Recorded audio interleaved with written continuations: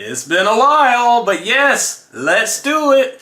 Time for another change of pace and one of my favorite things to do here on the channel, a good old-fashioned Q&A. So I asked readers of soulandstereo.com, all of my social media followers, folks here in the channel, what questions do you have for your boy this time? And wait till you see what we got on deck. Good old Q&A coming up. Get ready for some real talk and see how long it takes for me to get in trouble.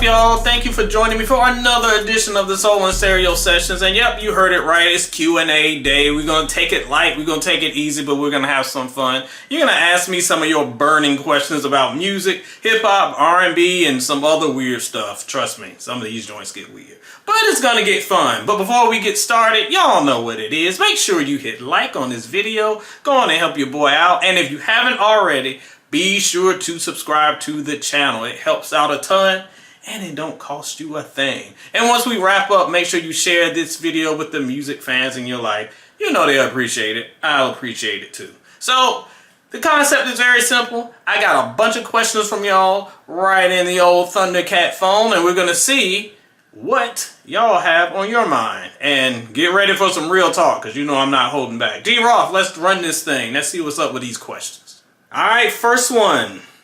Is Drake finished? Boy, y'all are wasting no time, huh?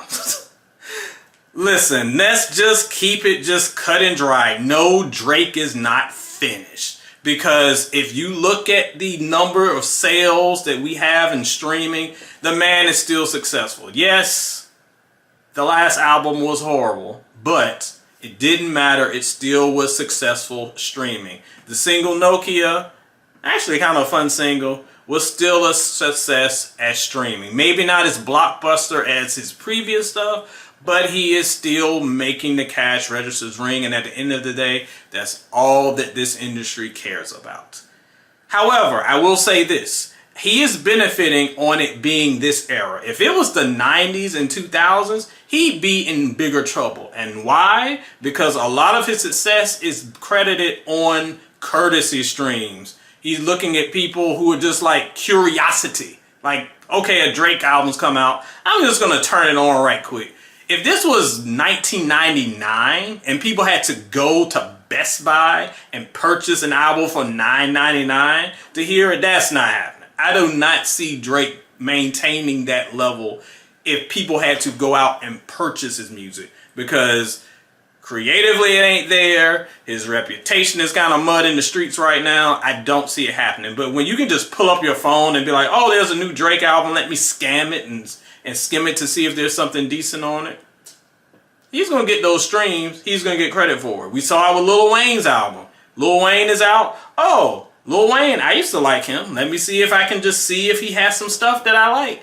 He gets credit for those streams, even if you never go back to it again. It's easier than getting out of your house, going to actually pay for the music. So I think that those curiosity streams, that is what's going to push Drake and keep him somewhat relevant.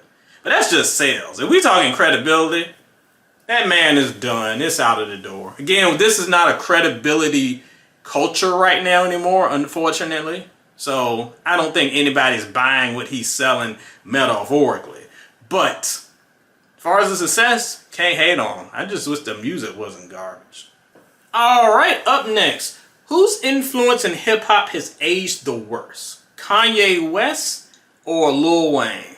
I mean, like, I know that Wayne had that very bad album that just dropped. And he is very influential, as is Kanye. But this is a no-brainer. Kanye by far has aged the worst. I know that everyone's all wrapped up. It's like, oh my God, Lil Wayne, I can't believe he fell off. Where y'all been?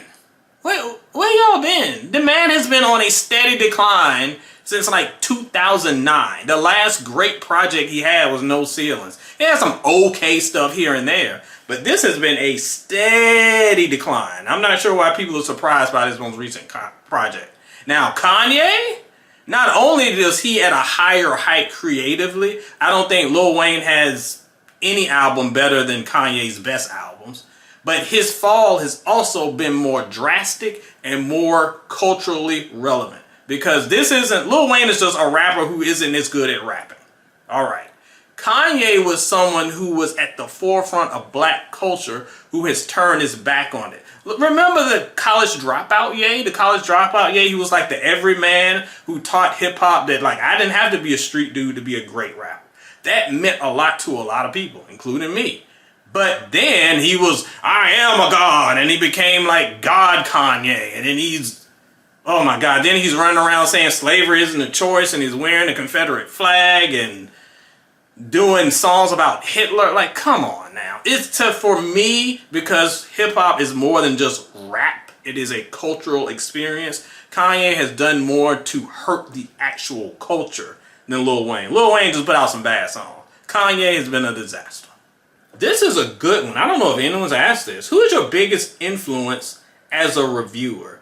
Well, I have a lot. So I never thought that I would be a good reviewer because growing up, I was an avid reader and I used to read reviews and they were just so well written. I was like, I can never write like this. I can't do this.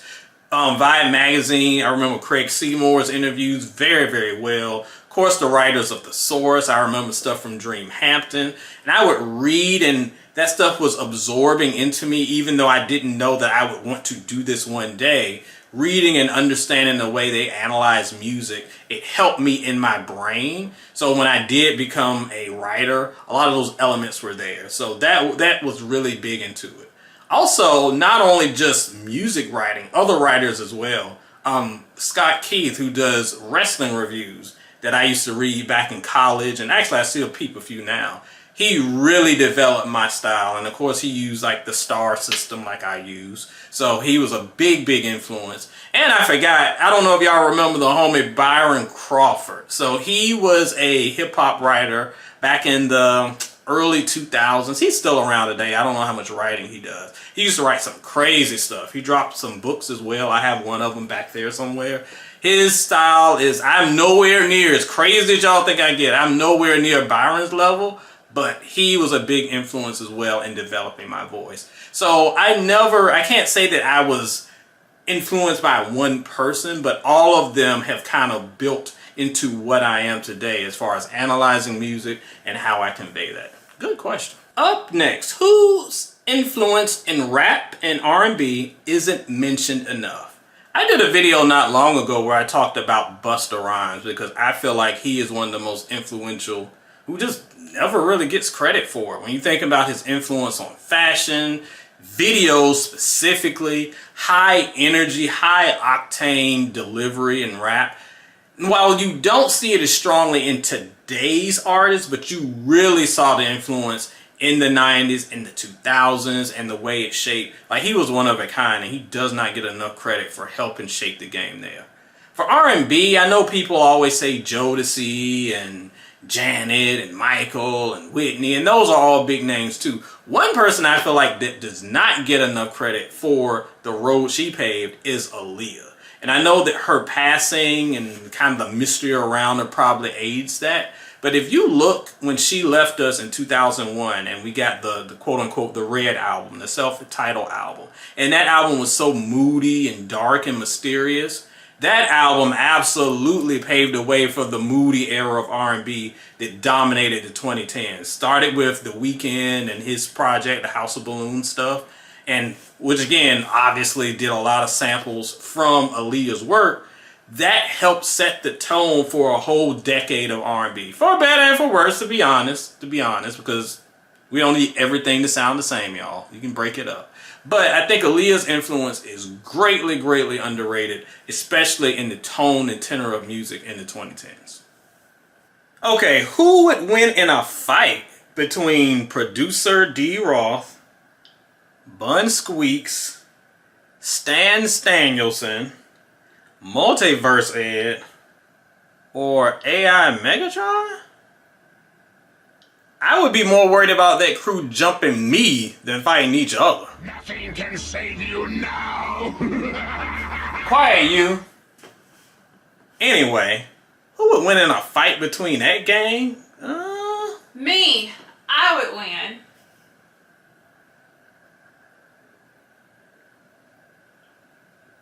I see you, D Roth. Never argue with the black woman. Alright, I feel like I've answered this before, but we'll do it. Is Chris Brown really your cousin? For those who don't know, there's a running joke on soulandstereo.com, and of course we've mentioned it here, where I call Chris Brown Cousin Chris. So he's my cousin, kinda, sorta. I can't remember specifically, but it's something like his aunt, I know it's his aunt. His aunt married like my uncle's in-law, somebody on the in-law side of my uncle's family. I need one of my aunts up here. They break it down every Thanksgiving. I can't remember what it is. But I definitely know his aunt married somebody. So technically, no. Like technically, it's like an in-law thing. So I would not say that we are technically cousins. It's a joke, y'all. Chill out. But would we cross paths at a family reunion? I guess technically we could.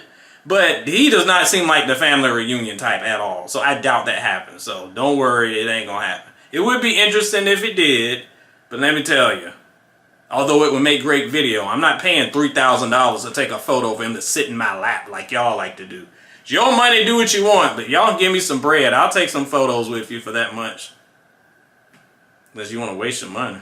Alright, do you think the success of Leon Thomas's Mutt is going to bring back more traditional R&B? Leon Thomas's Ascent is very interesting to me because I remember when I heard like Electric Dust, the album before the Mutt album, and he was definitely more Frank Ocean-y to me than like traditional R&B. And to be honest, I don't call Mutt traditional R&B, although I understand what the person who sent the question is. I understand what they're saying, so no diss there. I get what they're saying. Mutt does sound like something that would have come out in like the 2000s. So yeah, it feels more traditional than some of the weirdness we get today. I don't know if I could say that it's gonna like set the tone and Leon Thomas is the savior of R&B. I don't know. It seems very early because this is a song that's doing very well. But we've also seen Ella Mai have songs that were more R&B 2000s-ish, and it's hot for a minute and then we're back to the usual. The thing that's going to change the industry, and I talk about this all the time, is y'all. You watching this video, you have the power to change the industry. The industry does not care about culture. It doesn't care about anything. It cares about sales. It's what's selling.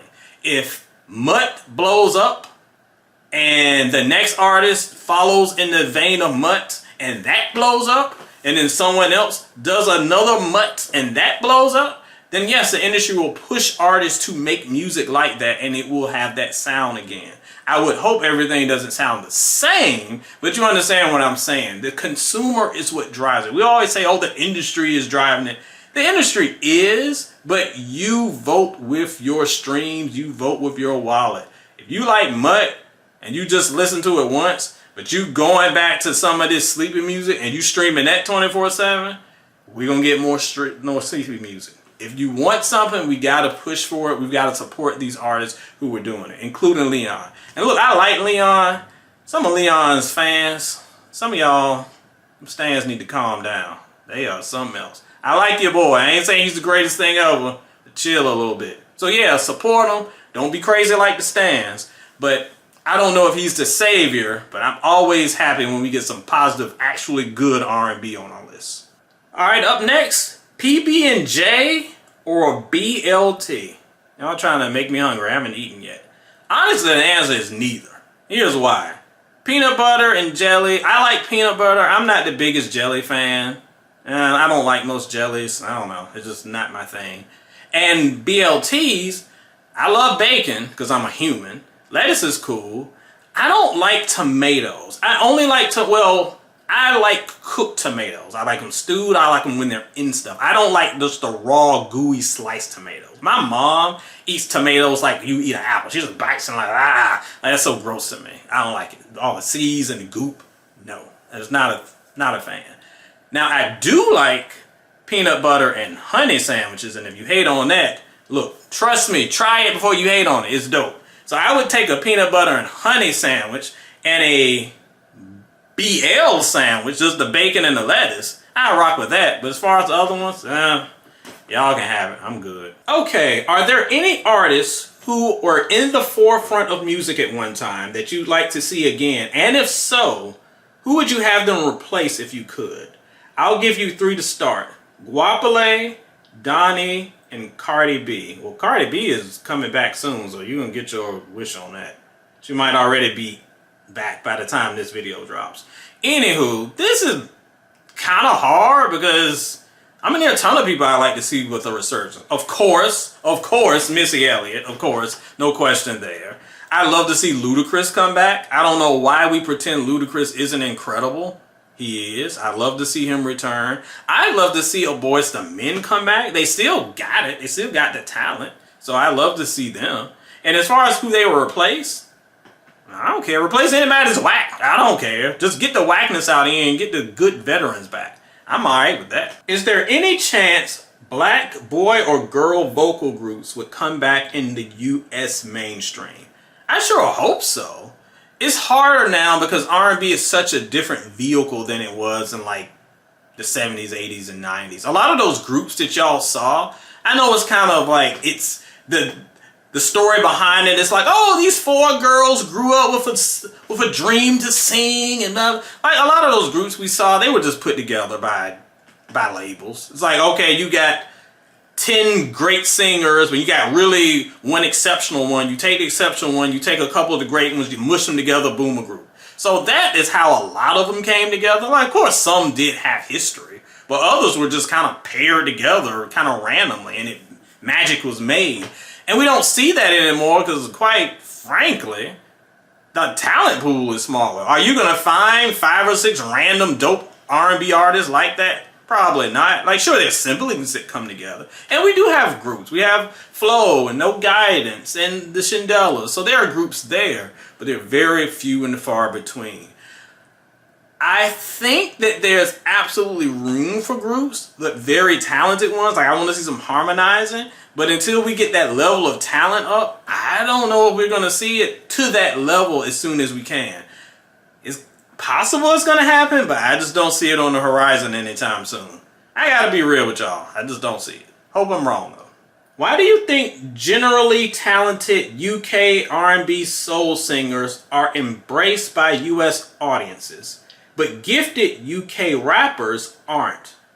Is it just the accent or the different genre audiences? So this is interesting, and it depends on who you're talking to, because of course I'm sure some hip-hop fans will be like, well, Central C is dope, and I'm like, yeah, he is, but really, can you name a lot of UK rappers who are doing very well? Probably not. But I understand the point. I think that it's easier for R&B artists because I do think people are put off by the accent. I have friends who don't like Lil Sims, who is one of the best in the game right now, because, oh, I can't get past her accent. I can't get past how she sounds. It sounds trivial, but it clearly is an issue.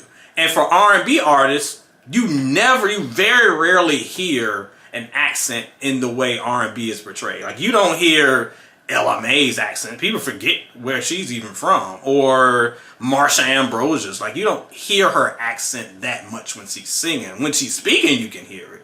So I do think that that is part of it. So there could be something there. But I don't know. It's also, I think the other issue that we also have to keep in mind is that hip-hop is at a higher level than R&B right now. Yeah, I know R&B fans, y'all feel sad. I feel sad too. But just being real, hip-hop's at a higher level. So that type of scrutiny, I feel like people will be more petty about it, if that makes sense. I think people would be more weirded out than they would an R&B artist, because I feel like a lot of R&B fans are just so happy and grateful to get anybody that's halfway decent, they would probably overlook that more than hip-hop fans who are just like, oh, I'll just move on to the next. But I don't know. It's funny to me. It's a legitimate question. It's also funny because you got like a 21 Savage who's hip-hop and nobody knows it. And you know why?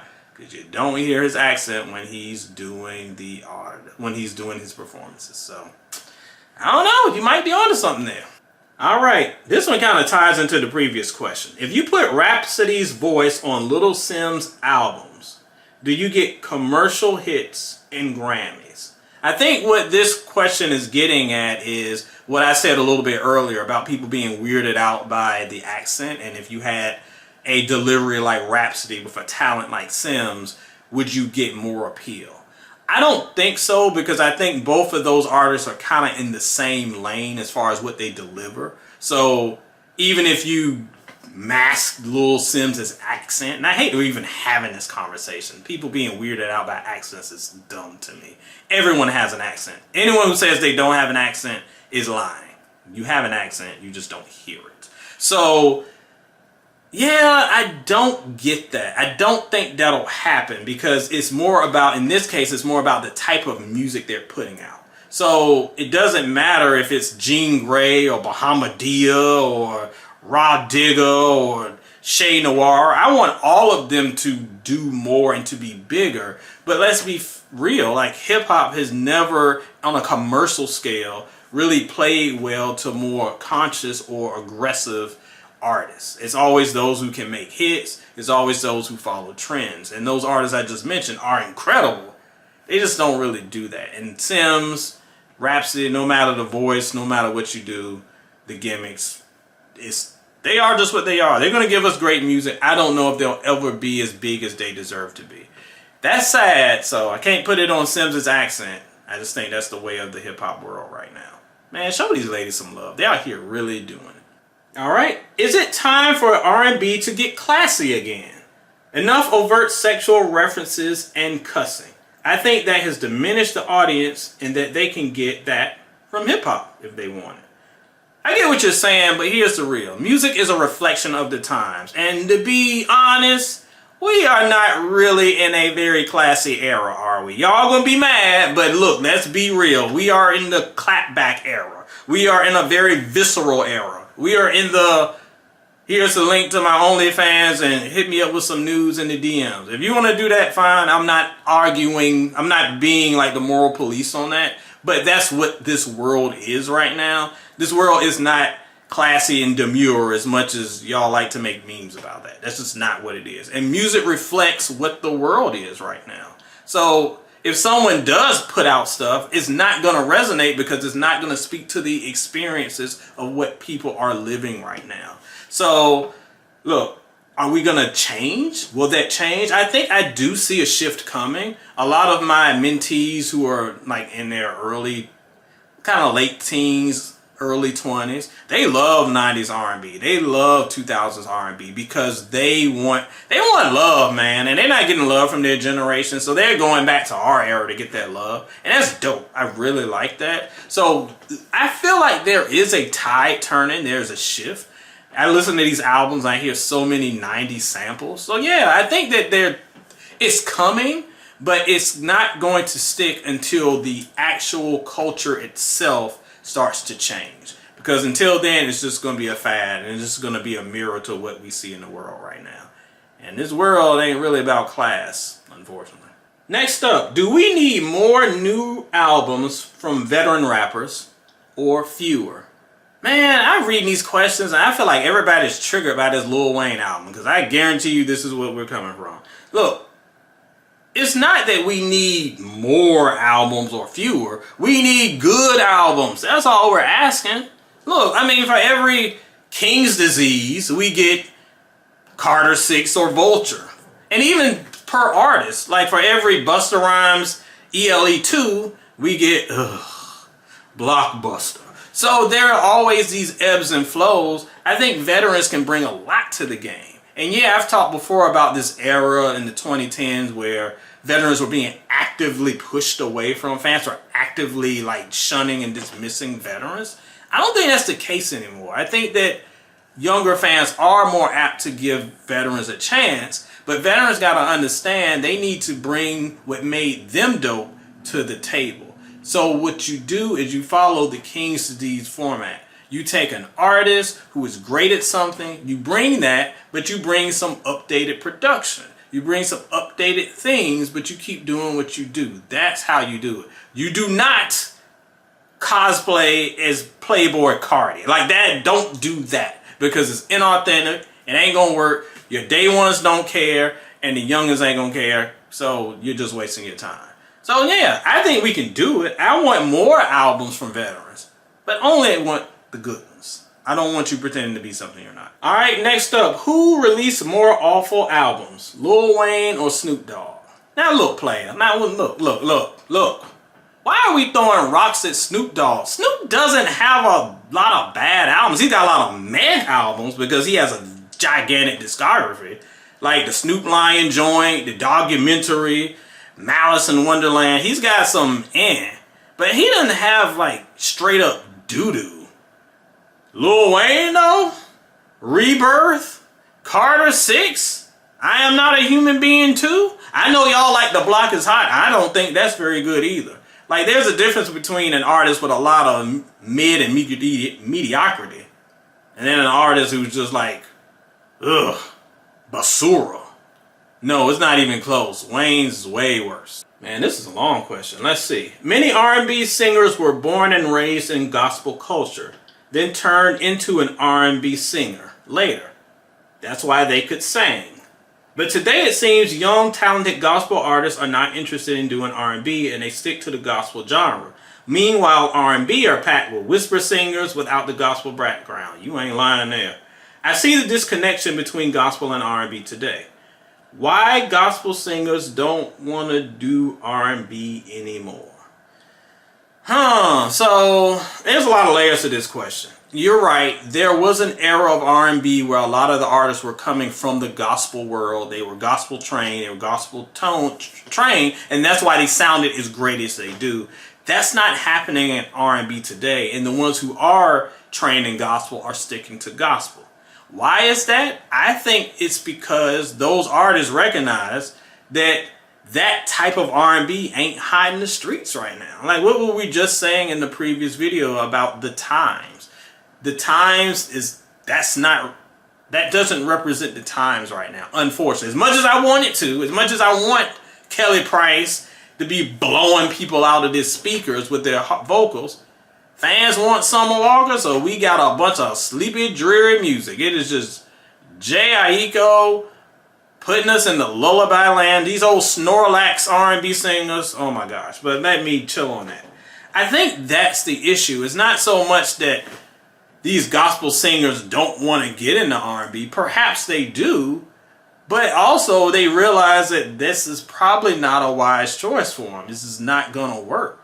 I would love to see more crossover. I would love to see these artists putting the tools and building upon it. And we do see shades of it. We see a little bit of it. It's just not to the level that I think it will work. And I think that it's also most important for this to happen because the thing that gospel singers are able to do that a lot of the whisper singers, as you say, don't do, is they're able to convey emotion much better. And that's something that comes from the pulpit. And when you think about songs that do that successfully, it helps tell the story of the song. I mentioned Kelly Price earlier. You listen to Friend of Mine.